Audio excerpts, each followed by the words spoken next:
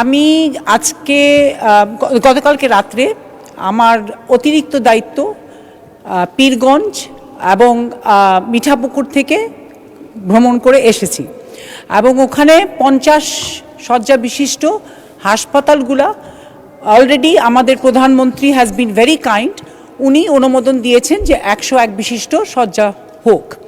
তবে এখানে প্রশ্ন যেটা রয়ে যাচ্ছে যে আমি আমাদের মন্ত্রী মহোদয়কে জিজ্ঞেস করতে চাই যে there is a lack of human resources to actually work in these hospitals.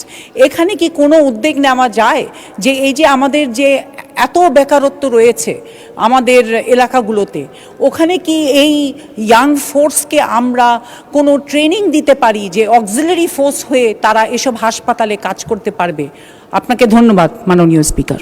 ধন্যবাদ মাননীয় সদস্য। Honourable minister please. মাননীয় speaker, no doubt there is a lack of human resources in all of our hospitals, but the Lady Honorable Member of the Parliament, she has advised the use of the younger generation with training to work in the hospitals, but it is out of rule. We cannot engage the younger people to serve in the hospital without giving them the job in the proper way. Younger জেনারেশনের জন্য আমরা 1 লক্ষ কর্মী নিয়োগ করতে যাচ্ছি, স্বাস্থ্যকর্মী, যার মধ্যে 80,000 will be women, those will be midwifery, care giver and technician.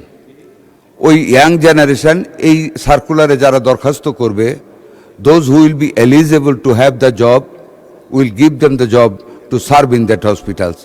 Other than this system, we can't recruit any younger people to work in the hospital without payment or with payment, which is beyond the rule of the government. Thank you, Manyan Speaker.